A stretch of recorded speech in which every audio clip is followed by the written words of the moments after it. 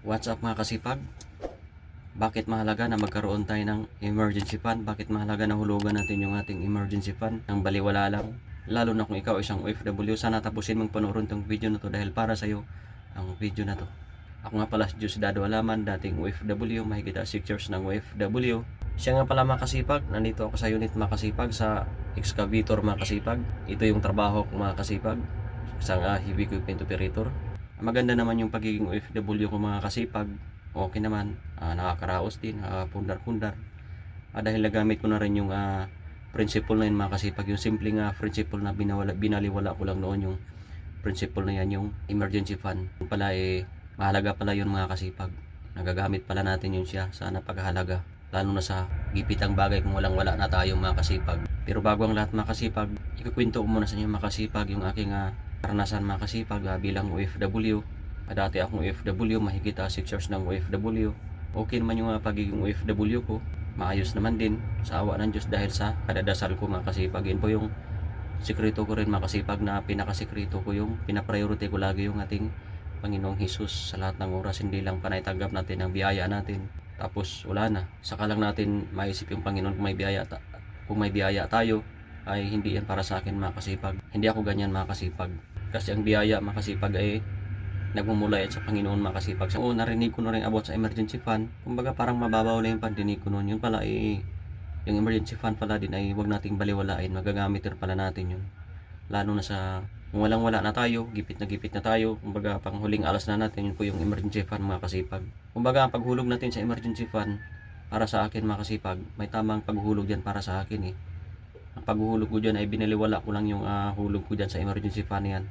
Hindi ko siya kinukwenta, hindi ko binibilang, kasi kung kikwentahin natin, kung titingnan mo palagi, parang alkansya lang na kung titingnan mo lagi, mangyayari na madudukot mo yung pera mo, yung alkansya mo. Kaya huwag mong titingnan, kumbaga asa ka lang sa trabaho mo at saka sa kunting diskarte, para baliwalain lang natin yun mga kasipag. Pero sa akin mga kasipag, nagagamit ko mga kasipag, effective talaga siya mga kasipag. Lalo nang nagkasakit yung anak ko, ang laki ng gastos, pabalik-balik sa ospital hanggang ngayon. Nagagamit ko siya makasipag. Kung wala nun makasipag, checkmate ako makasipag. Checkmate talaga ako.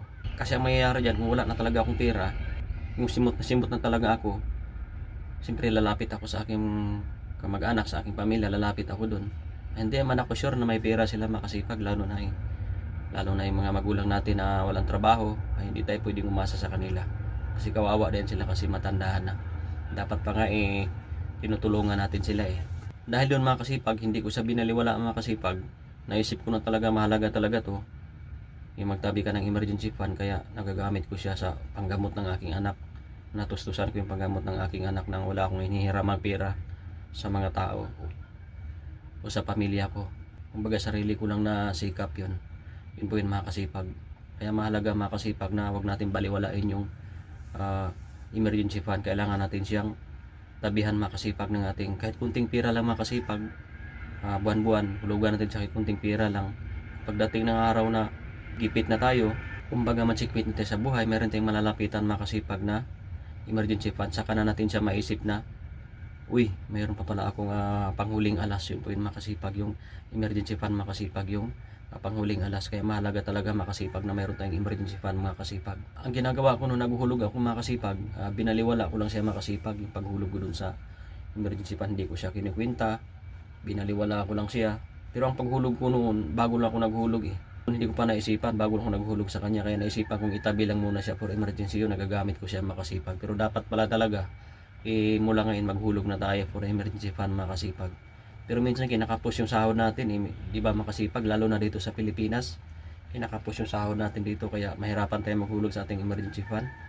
Lalo na yung sahod natin na medyo maliit, tapos yung mga bilihin ay tumataas, yun po yung makasipag, ay mahirapan talaga tayo makasipag na magtabi ng emergency fund. Lalo na kung marami tayong pinagagastusan. Kung kunti lang pinagagastusan o binata, o kunti lang pinagagastusan, makakatabi tayo dyan sa emergency fund makasipag. Pero mahirapan talaga tayo makasipag pag dito tayo sa Pilipinas, na kagaya ko na construction worker, na magtabi na maraming tinutulungan o may mga pinagagastusan. Yun po yung makasipag. Kaya kailangan talaga makasipag na magsipag tayo sa trabaho makasipag, o kailangan natin na dumiskarte ng ibang diskarte makasipag. Yung ibig kong sabihin makasipag, yung ibang diskarte ay yung ibang pagkakitaan bukod sa trabaho, yun po yung makasipag. Kasi naranasan ko rin yan makasipag, yung bukod sa trabaho, yung ibang pagkakitaan. Kumikita din ako ng medyo malaki dyan makasipag Diyan ko rin nahulugan yung aking emergency fund makasipag ng malaki sa ibang pagkakitaan. Kumbaga sa sarili nating kamay yun makasipag. Kumita ako nun hindi sa trabaho, kumbaga sa sariling kamay. Yun po yun makasipag. Malaking bagay yun makasipag. Ang mali ko lang doon makasipag, dapat nire-reinvest ko yun makasipag yung pera na yun. Pinapaikot ko yung pera na yun para lumaki. So, yun nga, may emergency kaya nagamit ko siya makasipag. At ang kagandahan makasipag, mayroon akong nagamit kaysa wala makasipag, di ba? Yung kagandahan makasipag, pagtabihan natin yung emergency fund makasipag. Kasi hindi natin hawak yung panahon kahit ang ganda-ganda pa ng panahon, ang ganda ng katawan natin, malusog tayo, pamilya natin, ay may biglang dumating dyan makasipag. Walang perfect, mayroon talagang darating na problema sa buhay kaya tanggapin natin yung makasipag, yung problema na yung makasipag. Kailangan natin siyang i-adapt na mayroong hindi magandang mangyayari, normal na yung makasipag, hindi naman tayo nag-expect pero at least mapaghandaan lang natin siya makasipag na hindi talaga perfect yung cycle ng buhay. Mayroon talagang darating na mga problema kaya mas maigi na prepare na tayo makasipag. Yun ay nakakatulong nga yung emergency fund makasipag. Maganda yan makasipag na mahulugan natin yung emergency fund. Lalo na kung ikaw ay isang OFW dahil hindi natin hawak, hindi natin alam yung panahon na palaging maganda. Kasi yung mundo, mayroong talaga yung mundo, mayroong biglang magbago, ikot ng mundo, may pagbabago talaga. Kaya maigi na magtabi na tayo, lalo sa mga FW, kasi medyo malaki yung kita. Nang baliwalain lang natin siya. Ihulog lang natin siya ng baliwala lang. Isang tabi lang natin yung hulog natin nung natin pintahin at pagdating ng araw, gulat na lang tayo na oops, mayroon pala akong emergency fund na kasyang-kasya sa ko. O mayroon akong pantustos, yun po yun makasipag. Okay makasipag, kaya ko binahagi itong video na ito makasipag. Kasi marami kasi sa atin na minamaliit na lang yung emergency fund, binaliwala na lang yung emergency fund, kumbaga dinaandaanan na lang. Na yun pala yung makatulong sa atin sa oras ng kagipitan. Kasi hindi natin alam yung panahon, yun po yun makasipag.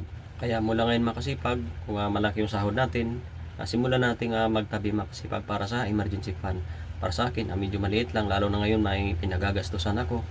Lalo sa ng anak ko, gamot, kaya nahirapan ako magtabi ng emergency fund makasipag. Kaya mahalaga yun makasipag yung magtabi ng emergency fund makasipag. Kahit na ikaw ay negosyante makasipag, kahit lahat mga negosyante makasipag, alam nila yun makasipag, mayroon yung emergency fund makasipag. Okay makasipag, samahan niyo pa ako sa aking mga sunod na video makasipag. Huwag kang mag-alala makasipag kung wala ka pang natabi na emergency fund ngayon dahil maliit ang sahod mo na halos kagaya ko makasipag at marami kang pinagagastusan.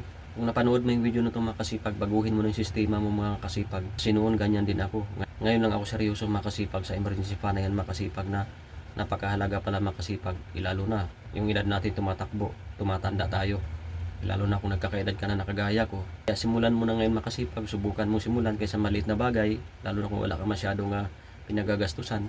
Ang kagandahan kasi makasipag pag mayroon kang emergency fund makasipag, nahulugan mo siya ng medyo matagal. Ang kagandahan kasi makasipag, kung may dilubyo na darating makasipag, kasi hindi natin hawak hindi natin alam yung panahon, mayroon talagang dumating na mga obstacle or circumstances na hindi talaga natin alam, yun po yun makasipag.